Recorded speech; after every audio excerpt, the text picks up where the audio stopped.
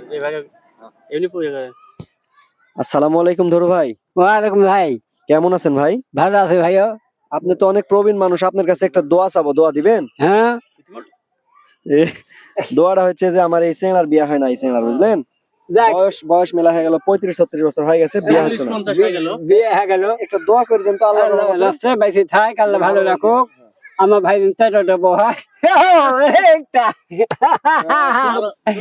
সুন্দর দোয়া করেন, আল্লাহ আমিন বলি। হ্যাঁ। আল্লাহ আমিন। বিসমিল্লাহির রহমানির রহিম। আলহামদুলিল্লাহি রাব্বিল আলামিন। আল্লাহুম্মা সাল্লি আলা সাইয়্যিদিনা।